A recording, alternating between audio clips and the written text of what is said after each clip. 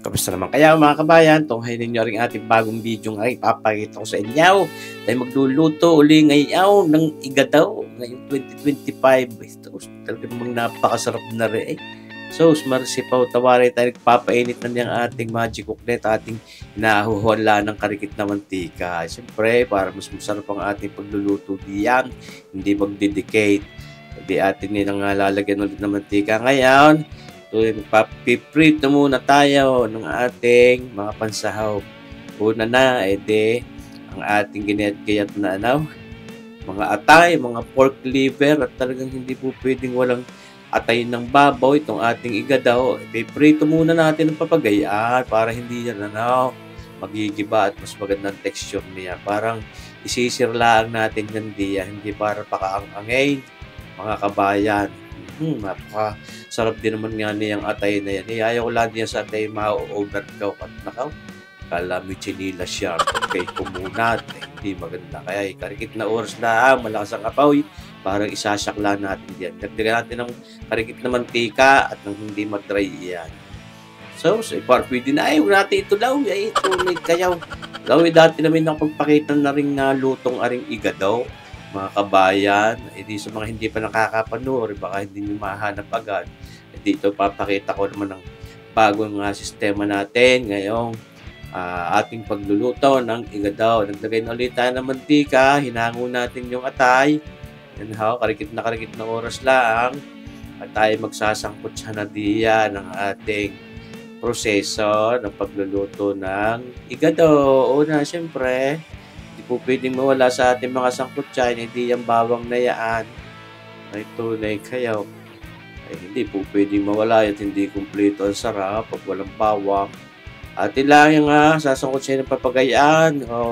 Lalok na rin natin ngayon itong ating sibuyas na ito. Yan, sangkutsahing papagayaan, sabi sa inyo talaga namang hindi pwedeng mawala yan.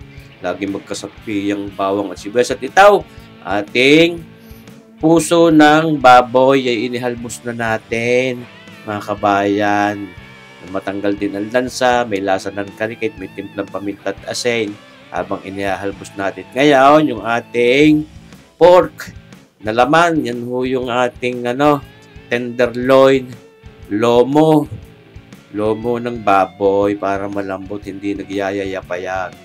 Ay, tunay kayo, mga kabayan. Pagkagarni naman ng ilalantakan din, mapapa-only rice ka din.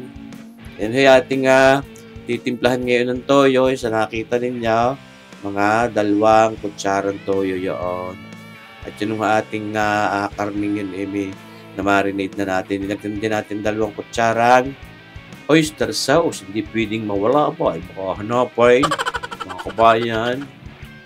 Hindi natin binibigla ang paglalagay ng panimpla diya dahil kung ngayon naibabad na natin sa toyo, paminta, ang ating karning iyon, mga kabayan. Kaya, baka mapasobrang alot, siya. Hindi masarap. Ngayon, ating papamintahan yan, marami-rami, para mas mabangaw at mas masarap. Ito, ating sinasaboy-saboyan ng tubig nang hindi nagtutong ang ilalim.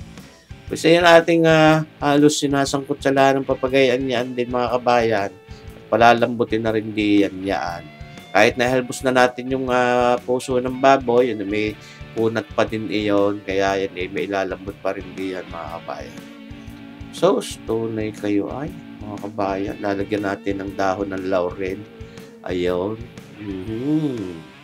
Pampabango. Hindi pwedeng wala diyan sa ating igadaw. At tunay kayo. Yan hindi kumpleto. Ito ngayon, ating lalagyan ng pinagbabada ng ating atsweting yon, anato seeds na yan, ating binabad sa mainit na tubig ng mas maganda ang kulay niyang ating igadong yan. Yan, mga kabayan.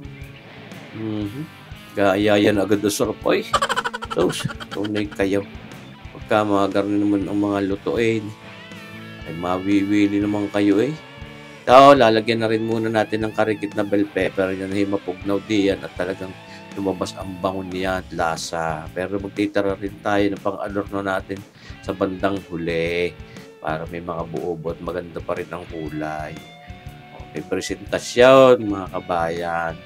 Pabango-bango na yung bell pepper na yan, eh, hindi yan sa ating igado. Ating kulubin at nanglilumambot. Mga kabayan, bibisitahin. Siyempre, baka masunugan ng ilalim. Yan ho. Lalagyan natin ngayon ng isang kutsarang brown sugar na putla. Eh, para may tamis. Tamis ng pag-ibig. Eh. Siyempre naman. Tapos ito, optional. Kung gusto nyo maglagay o hindi. Isang pirasong pork broth cube. Ayan po. Para naman mapatingkad natin ang lasa ng ating pork diyan, mga kabayan. Para mas masarap. O ba naman? Eh, siyempre, panalong-panalo. Eh, parang pwede na eh. Tunay kayo. Ngayon, lalagyan na natin ng tubig. Tubig na mainit din ang ating nilagay na sabaw. Para makumpleto ang pagpapalambot natin. At nang masipsip talaga yung ating mga panimpla. Yan ho, ating kukulubin. Yan ho, mahina ang apoy para nalambot. At yan, mga kabayan, babalik-balikin din para maganda't balanse ang pagkakaluto ng bawat piraso niyang ating laman diyan. Yun yung atay na ating pinrito sa pahuli natin, isasahog. At kakong ayaw kong ma-overcook. Ito, ating patuloy lang pinalalambot iyan, mga kabayan. Sabi ko sa inyo, at nang talagang ma-infuse doon sa bawat piraso ng karne at puso yung ating panimpla. Ngayon, lalagyan natin ng red cane vinegar iyan. Yan, pampaasim ng karikit. Hindi naman ho para napakaasim niyang ating igadaw. Yun yung pampatibay lang kontrapanis din. Yan ho. Palipas ng mga 1 minutong pagsulak, ating hinahalo ngayon, mga kabayan. Tunay naman, mga kabayan. Talagang sana masubukan nyo din magluto ng papagarnay.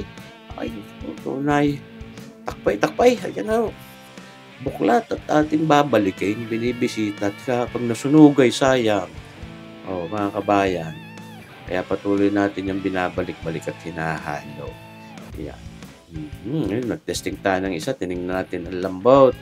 Makunat-kunat pa, kaya tuloy ang pagpapalambot natin. Ayan, malapit na yun sa katotohanan, mga kabayan. Tunay kayo, ay sus, merciful.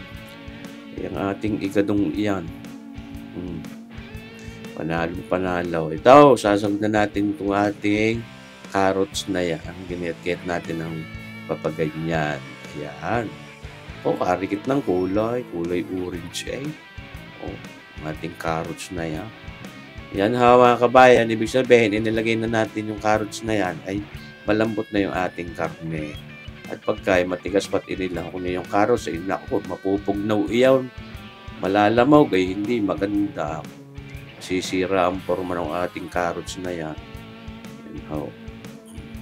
So, ating tuloy lang din, binabalik-balik, hinahalo natin yan, mga kabayan. May naglalaway na agad, Jesus merciful. Tawaray. Sarap niyan eh. Mga kabayan. May naglalaway na. Kayo baga? Sana hitugan yung panunood, mga kabayan, hanggang oras na rin. At rin, maya-maya pa hahanguin na rin natin. At ating papakita rin sa inyo ng karikitang ating paglantak. Ayan, mga kabayan. Yan ating palalaputan pa rin ng niyan, sarsan yan. Para mas maganda ang consistency ng ating sarsa. Hindi naman ho nato napakarami din ng magiging sabaw niya yung ating igadong at medyo paikayan. Ngayon, lalahokan din natin ito. Yan ho, kaya ating sinabi, mas pasasarapin natin mapanibagong bersyon. Nilagyan natin ng green peas na yaan.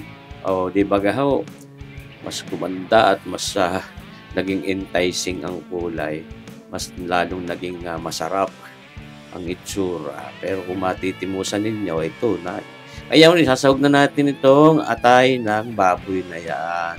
Pahuli, ako nga, at hindi yan para kumunat. Yan mga kabayan. Yan namang mga atay ng baboy na ganyan eh. Hindi mo rin naman talaga mapapalasa ng tuga yung ating mga ginamit na panimpla diyan. Tinahok natin yung ating tinirang bell pepper na pula at naglagay din tayo ng siling haba para talagang kumpleto ang itsura at kulay ng ating igadong iya. Saus, para sipaw, tawaray, ka naman ni kabayan, si porporek, naman. Yan ating isasadlaan ng karikit yung mga lamang iyon at yung sarsang yun ni ating palalaputin na mga kabayan. Lalagyan natin yung ating binanaw na cornstarch, yan ho. Ating nilalagyan ng papagayan at hinahalo. Medyo malakas-lakas ang apoy. Ayan. Pagka kumpleto na yung lapot niya, hindi pwede na nating haluin ang tuga uli. Ayan. At saktong-sakto lang yung sarsa niyang ating igadungyaan. Kako hindi naman dapat doong napakasabaw niya. Yan ho, ayos, panalaw. Ito na, luto ng ating igadaw, mga kabayan. Sus, mercy po, ay kagarni naman. Sana'y masubukan nyo din. Yan ho, at makapagluto rin kayo na ray. At talagang hindi ako mapapaya. Sundan nyo lang ho aring ating bidyong aray. Yan ho, nilagyan pa ng adornong siling manghang. Kung gusto nung lalanta kay manghang, ay di ngat-ngatin. Ay siling yang labuyo. Oh, so sad. Gaya yan, sarap mga kabayan. Luto rin kayo niyan. Yan, lalantakan na natin. Ang ating igadungyaan. Pag hindi ka na pa-unli-rice di, ay aywang ko naman. Siya ay salamat sa panunood mga kabayan din sa ating bidyong aray. Abangan nyo pa rin ang ating mga susunod na videos din sa ating Sir Boy at Melo YouTube channel. Mabuhay tayong lahat mga kabayan. God bless!